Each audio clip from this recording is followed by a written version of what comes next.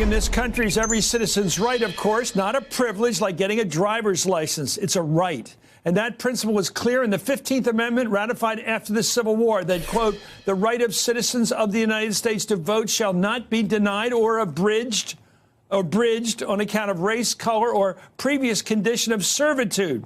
Nearly 100 years later, the franchise was reinforced by the Voting Rights Act, intended to ensure equal access to the polls. That was in 1965. Today, however, that right is again under assault. Rather than expand access to the polls, many in Republican-controlled state and local governments are trying to restrict it by making it harder to register, passing voter ID laws, and closing polling locations. Here's how former Vice President Joe Biden summed it up early today. Do you believe that voter suppression is underway? Absolutely. Somewhere in the order of 77 in the last couple of years, pieces of legislation have been introduced in state legislatures to restrict the right to vote. We should have automatic registration. There is no evidence in all the studies done of widespread voter fraud, of that being a central problem in the American electoral process. Just not true. In Georgia, it's reported more than 53,000 voter registration applications are on hold. That's right. And 70% of those are African Americans. Surprise, surprise. While a few seeking to disenfranchise voters have readily admitted their true intentions, some have been surprisingly honest.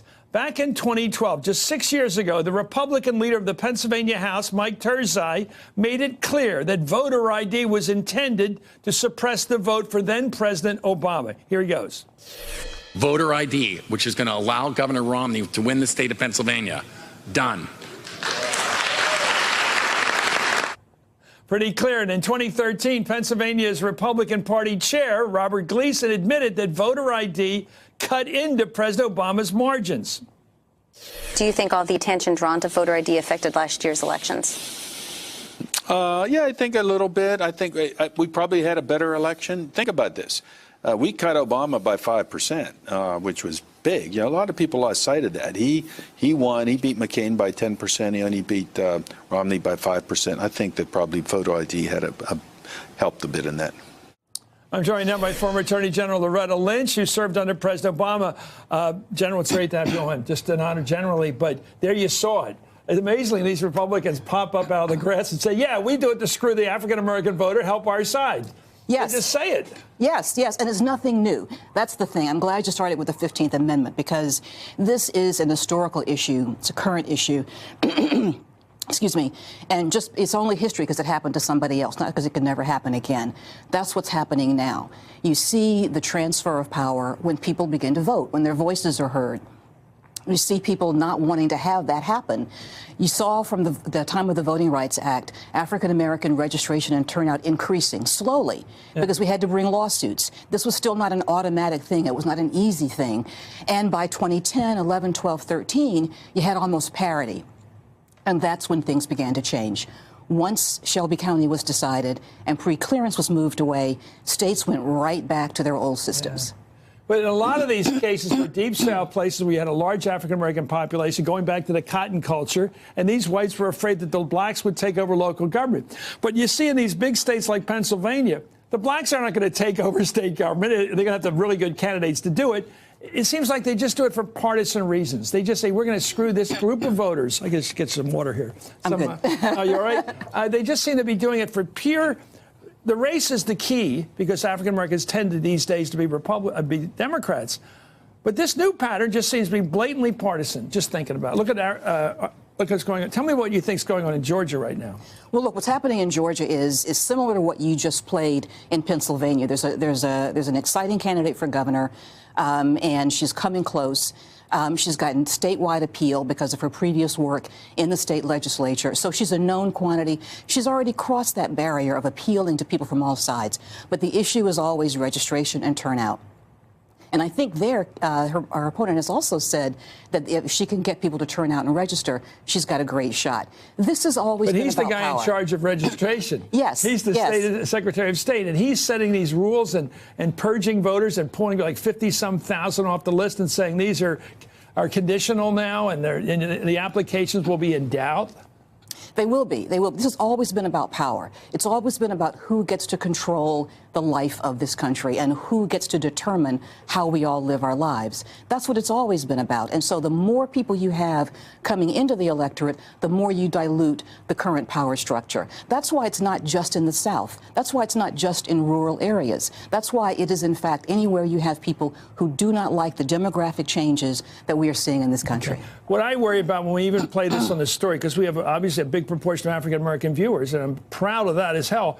I just wonder sometimes if we scare people by saying, well, I don't want to get down to the polling booth because they're going to cause trouble down there. I don't want trouble, blah, blah, blah. I can understand that. I don't want that intimidation factor. How do you tell a person to go out there? This is one time in your life to be pushy. Don't let anybody get in your way. You have a right to vote. This is absolutely the time to be pushy. This is not just a right, it is a birthright. Yeah. This is something that every American is entitled to by virtue of being here and by being a citizen. And frankly, that people who are in power, who have taken an oath to uphold this Constitution, set themselves up and try and restrict it is really disgraceful. And that's the real problem that we're seeing here as well. So you're right. You know, to say that you don't want to intimidate people is great. But look, these laws are designed to intimidate. Restricting early voting is designed to intimidate. The voter ID laws are designed to scare people What about away long lines? from the process. That's a subtle one. That's I hear a subtle about one. long 4-hour lines already in some of these early voting situations. They just get an African-American neighborhood, and they'll say, okay, let's limit the number of booths here. Limit the That'll slow number of everything booths, down. and also they'll threaten to close the polls so that you fear that your vote won't be counted, that you actually can't get into the voting booth. So, but I got to tell you, you know, people, particularly minority people in this country, have been through a lot worse. We can get we can stand on a line. We can sign up. And register to vote. So these are intimidation tactics. They're really designed to suppress interest and get people Sing not it to loud. even get started. You know, when I grew up in Philadelphia, later on when I got as a young adult, Frank Rizzo had made his message pretty clear to African Americans up there. They didn't like him. They outvoted white people.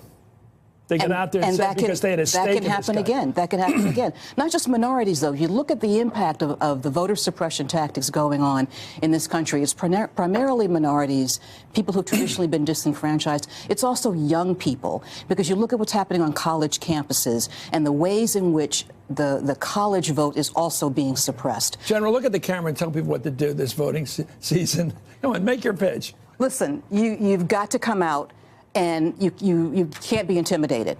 This is not just our country, it's our right. It's our birthright. So what I want everyone to do is find a way to get to the registration area, to the polling area, make your voice heard. Thank you so much. It's an honor to have you on. Thank you. General, thank you so much. Hey there, I'm Chris Hayes from MSNBC. Thanks for watching MSNBC on YouTube. If you want to keep up to date with the videos we're putting out, you can click subscribe just below me, or click over on this list to see lots of other great videos.